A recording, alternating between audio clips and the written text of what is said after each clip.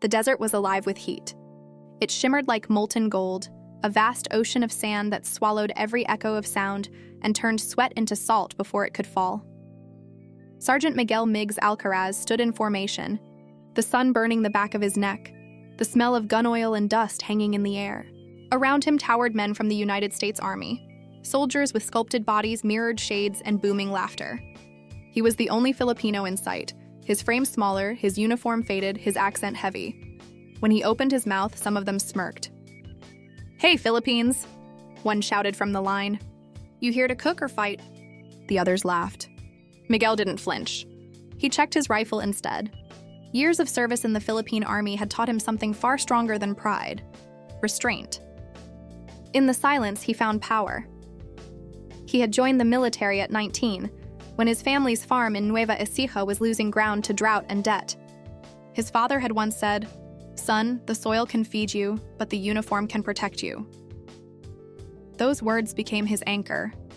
He didn't dream of medals or headlines. He dreamed of his younger sister finishing college, of his mother finally resting from her double hospital shifts. The Army was a burden he carried with quiet dignity. And now, in this Middle Eastern joint training camp, he was the outsider, one of a few selected from Southeast Asia to train with the best. To the Americans, he was invisible. To Miguel, it didn't matter. His duty wasn't to be seen, it was to perform. The laughs that cut deeper than bullets. During morning drills, the American platoon made everything a competition. Who could run fastest? Who could hit the most bullseyes? Who could lift the heaviest weights? They roared, flexed, cursed, and clapped each other's backs like they were on a football field. Miguel ran quietly beside them, breathing evenly, conserving strength. By the third lap, most of the others were panting. He wasn't still when the whistle blew, they jeered. "Hey, Rice Boy, you forgot your water buffalo?" Miguel just nodded. "Copy that." At night, in the barracks, his silence became the loudest thing in the room. They mocked his rice cooker, the little silver pot he brought from home. They called it the grenade. They imitated his accent when he said, "Sir." They laughed when he offered to share adobo. He didn't argue. He prayed.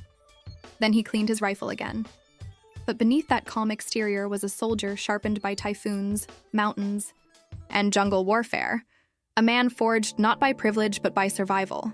He had led rescue missions through landslides, carried wounded comrades on his back through flooded villages, and negotiated ceasefires with local insurgents. But these Americans didn't know that. To them, he was a background character in their own story. The test-on morning, under the blistering sun, came the marksmanship evaluation. Targets were lined up across the range, 100, 200, and 300 meters. Each soldier got one rifle, one chance, 3 bullets. The Americans went first. They hit their marks with cocky precision, cheering after each shot. One man spun his rifle theatrically after a bullseye. Then it was Miguel's turn. He approached the line silently, adjusted his scope, inhaled. The air shimmered. The metal burned his cheek, pop, pop, pop, 3 shots. 3 perfect head hits. No wasted movement. No wasted breath. The instructor lifted his clipboard and blinked. Perfect score. The laughter faded. The desert went quiet. One of the Americans, the same man who had mocked him on the first day, muttered under his breath, "Lucky shots." Miguel didn't respond. He just cleaned his rifle and walked away, leaving behind 3 bullet holes that spoke louder than words. The storm weeks later came the night exercise, a simulated rescue mission designed to mimic real combat conditions. The American team led the operation, and Miguel's group served as backup. At 0200 hours, the sky turned against them. A sandstorm roared across the desert, swallowing light, sound, and direction. Communications went dead. The Americans' GPS malfunctioned. Panic spread, HQ scrambled for options. The storm could last hours, maybe longer. Miguel stepped forward. "Sir, let me go. I know their last coordinates." "Negative," his commanding officer replied. "Conditions are unstable."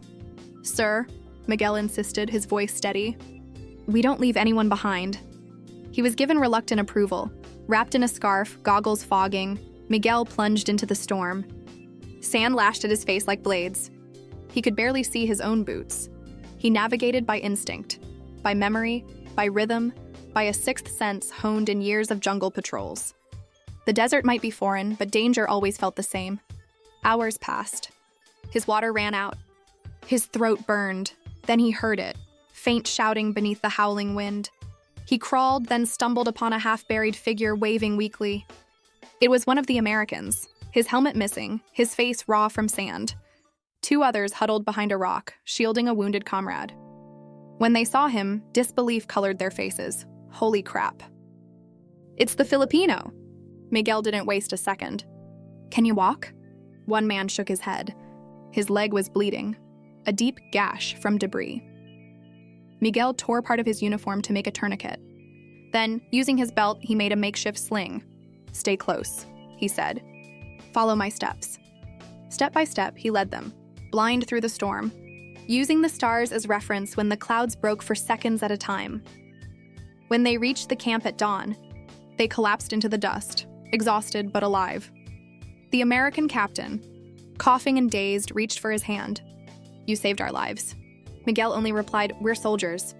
That's what we do. The mood changed after that. The teasing stopped. Meals became quieter, but in a respectful way. The same men who once mocked him now nodded when he passed. A week later, during the final international combat simulation, the Americans insisted Miguel join their team. We need your eyes, said their leader. The exercise was a mock urban assault, hostile forces simulated by instructors. The Americans had always dominated this drill. But this time, Miguel took lead on ground tactics. He studied the terrain like a chessboard, predicting the enemy's every move. He used misdirection, decoy flares, reflective mirrors, and stealth movement through side alleys. When the final horn blew, his team had captured every objective with 0 casualties. For the first time in years, the U.S. squad lost to their own hybrid team led by a Filipino sergeant. When the results were announced, the Americans stood and clapped. It wasn't pity or politeness, it was genuine respect. Miguel didn't bow. He simply saluted. The recognition at the closing ceremony.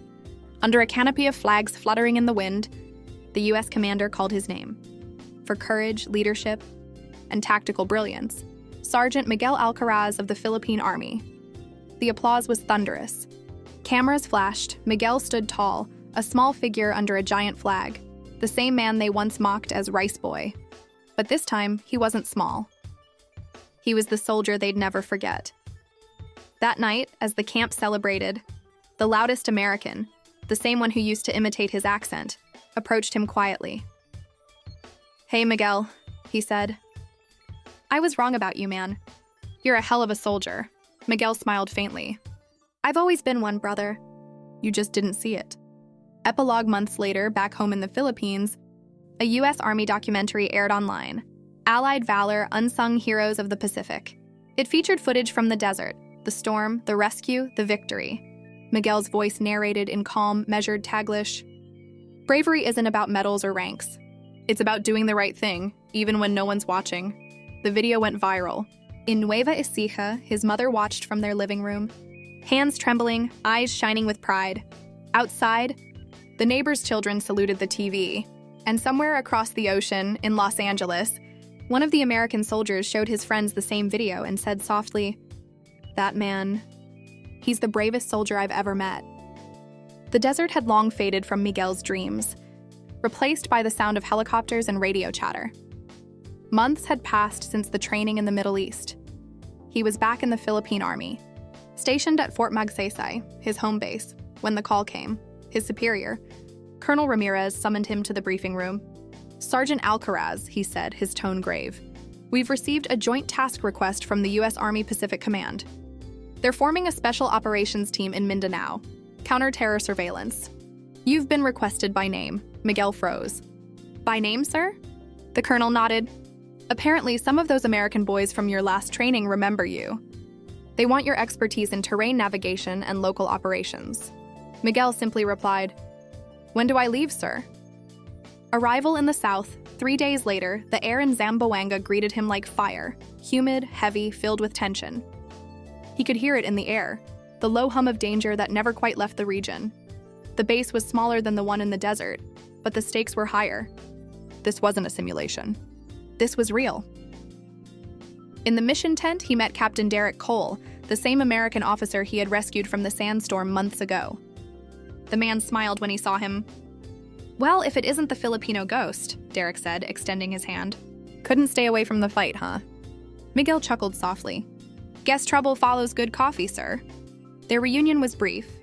Around them, the team assembled, a mix of Americans, Filipinos, and a few Australians. The operation was called Silent Dagger. Their target, a cell of extremists operating deep in the mountains, known for kidnappings and improvised explosives. Intelligence showed that a foreign engineer had been captured and was being used as leverage. The mission: infiltrate, extract, and neutralize the threat. The first step into the unknown. The journey began before dawn.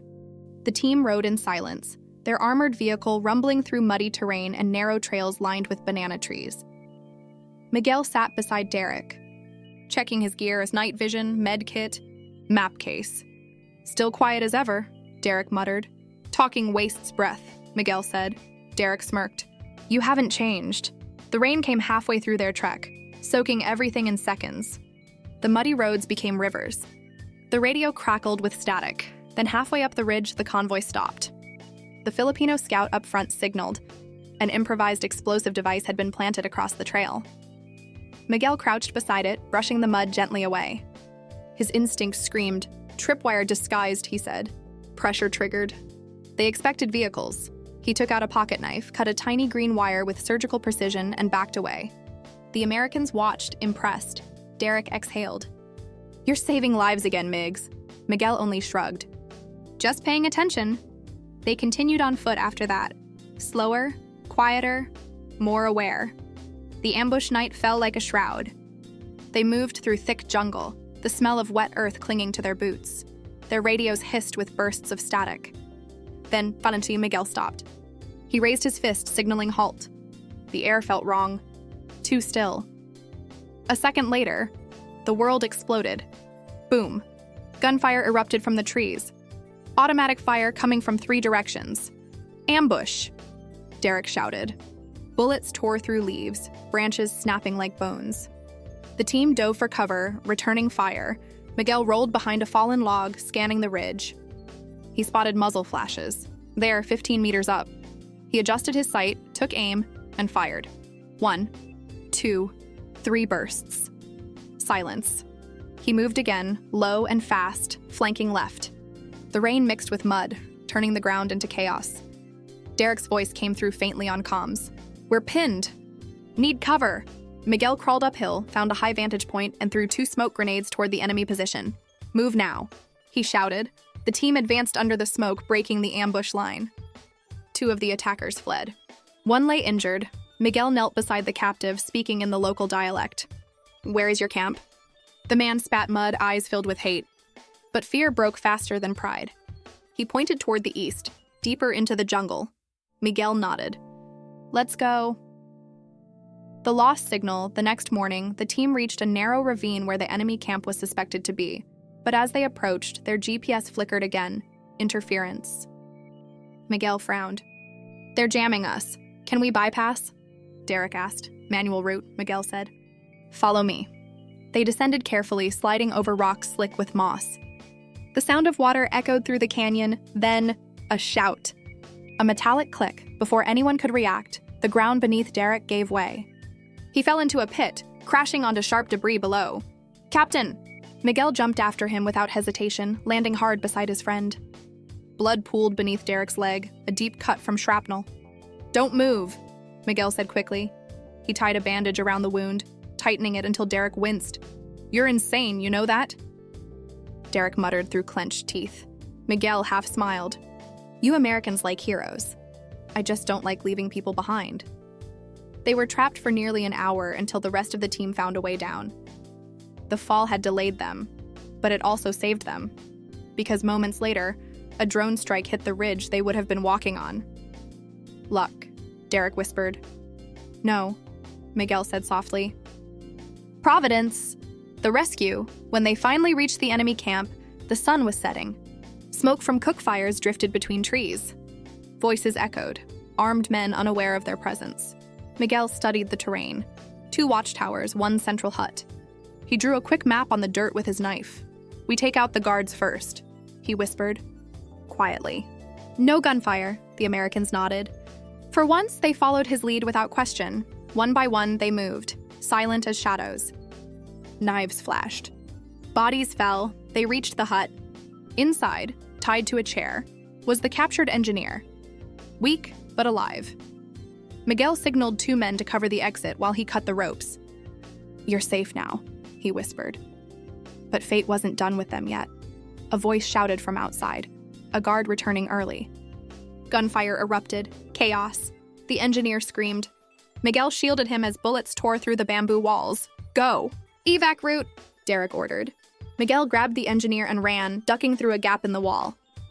The others laid suppressing fire. They sprinted through the jungle, every breath a battle. Then Miguel heard it, the sharp whine of a grenade. He turned, tackled the engineer to the ground as the explosion went off behind them. Dirt and fire rained down. When the smoke cleared, his ears rang. Derek's voice crackled through the calm. "Migs, you alive?" He coughed. "Still ugly, sir, but alive." The chopper's spotlight cut through the darkness moments later. They climbed aboard, bloodied but victorious. The aftermath at dawn, the horizon of Zamboanga glowed gold. The rescued engineer was airlifted to safety. The team debriefed in silence, the adrenaline finally fading. Derek limped in with his leg in a brace. "You saved me again," he said, lowering himself beside Miguel. "You know you're making us look bad, right?" Miguel smiled faintly. "Just doing my job." But later that week, something unexpected happened. The U.S. Embassy in Manila invited him for a private ceremony. Inside, surrounded by both Filipino and American officers, he was awarded a Joint Service Commendation Medal, a rare honor for a foreign soldier. As the medal was pinned to his chest, Derek stood nearby, clapping with quiet pride. When asked to speak, Miguel simply said, "Courage isn't about who's stronger. It's about who refuses to stop, even when afraid." His words struck deep. The room fell silent. The message a few weeks later, back at Fort Magsaysay, Miguel received a parcel, a folded American flag, and a handwritten note. It read, "To Sergeant Miguel Alcaraz, the man who reminded us what real bravery looks like. From your brothers across the sea." He placed the flag beside his Philippine one in his locker. 2 nations, 2 worlds, now bound by respect. But the story didn't end there. A journalist from an international military magazine visited him for an interview. When asked what he thought of being famous, Miguel just laughed. Fame fades. Character doesn't. The quiet hero months turned into years. Miguel continued serving, mentoring young soldiers, teaching them not just tactics, but humility. Sometimes he'd look at the 2 flags hanging side by side and remember the laughter. The desert, the storm, the mission, and every test that turned mockery into respect. He never sought revenge. He earned honor the hard way, quietly, through action. When one of his trainees asked, "Sir, how did you get the Americans to respect you?" Miguel smiled and said, "Respect isn't demanded. It's revealed and in moments when no one believes you can rise." Epilogue years later, a new documentary surfaced on YouTube. The Soldier They Laughed At, the true story of Sergeant Miguel Alcaraz. It showed clips from the desert, the jungle, the ceremony. The narrator's voice, calm, steady, belonged to Derek himself. He said, "We thought bravery looked like muscle and noise. But the bravest man I ever met spoke softly and saved lives louder than any battle cry." The video went viral again. And this time, not just soldiers, but ordinary people watched and wept. In every comment section, one message appeared again and again. Never underestimate a Filipino. And somewhere in Nueva Ecija, as roosters crowed and fields swayed in the morning wind, Miguel's mother stood by the window, looking at the horizon her son once left. She whispered a prayer, not of pride, but of gratitude, because her son had not only survived, he had changed how the world saw his people. When Miguel Reyes returned home to the Philippines, he wasn't the same man who had left months before. The once quiet, humble soldier from Batangas had become a name whispered with reverence even among the ranks of the U.S. Army, the Filipino ghost, they called him, the man who saved an entire platoon with tactics no one saw coming. But to Miguel, all the glory felt distant compared to the faces of those he couldn't save. He came home to his mother's small house, where the walls were filled with framed photographs of him in uniform. His mother greeted him with tears, whispering, "Anak, you came back." That's all that matters, but the world outside was changing. Videos of his mission, clips leaked by one of the rescued soldiers, had gone viral. They showed him leading under heavy fire, dragging wounded Americans to safety while shouting orders in both English and Tagalog. One clip captured him diving through a collapsing structure, shielding a fellow soldier with his own body. The caption read, "The Filipino who wouldn't back down." Within days, news outlets across the world picked up the story. "Filipino hero in U.S. uniform," one headline said. "Courage has no flag," another read. But Miguel didn't care for fame. He spent his mornings training local ROTC cadets at a small military academy, his afternoons helping farmers rebuild irrigation lines in his province. When asked why he didn't join higher ranks or move abroad, he'd simply say, "My duty is here. My story isn't done yet." The call he never expected. Months later, a call came from the U.S. Embassy. Miguel was being requested for a joint humanitarian mission, this time as a military advisor. A powerful typhoon had devastated a neighboring island nation, and chaos had broken out. The U.S. and Philippine forces would work together to rescue civilians trapped in the wreckage. Miguel hesitated. His body bore scars, his mind still carried the weight of the last mission. But when he saw images of stranded families, children clinging to rooftops, mothers waving white cloths for help, he knew he had to go. For them, he told his mother before boarding the plane. Always for them. When Miguel arrived at the base camp, he noticed familiar faces, some of the very U.S. soldiers who had once mocked him. They approached quietly, unsure how to greet him. Their leader, Captain Harris, the same man who had doubted Miguel before, extended his hand. "Sir," Harris said, "it's an honor to serve with you again." Miguel smiled. "Just call me Miguel. We've all got work to do." The final test. The typhoon's aftermath was worse than anyone imagined. Landslides buried entire villages, communication lines were down, and supplies were running out. During one mission, Miguel's team was airlifted to a mountain village reported to have over 50 survivors trapped in a collapsing school. But when they arrived, a second storm struck unexpectedly. Their helicopter was forced to make an emergency landing deep in the jungle. Radio contact was lost. The team was stranded with minimal gear. Miguel quickly took charge. Using his survival training, he mapped out their route using the stars, organized supply rations, and led them through mudslides and fallen trees.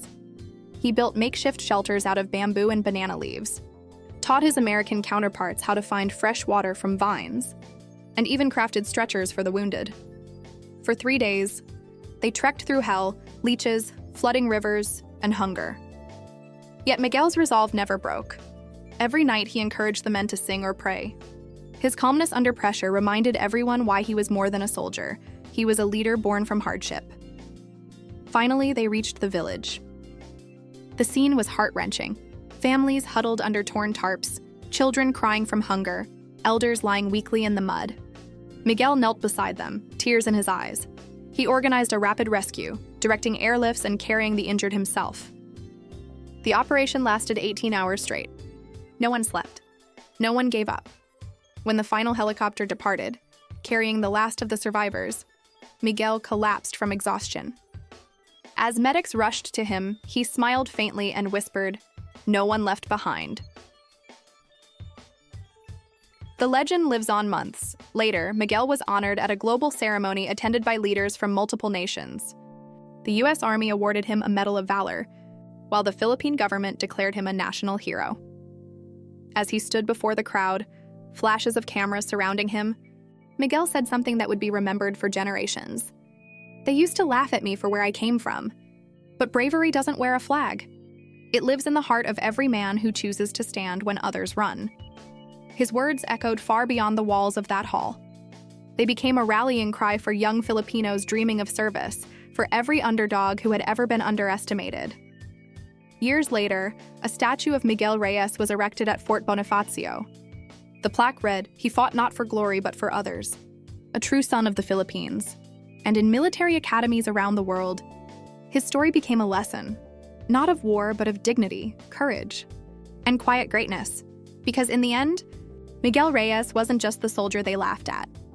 He became the legend they could never forget.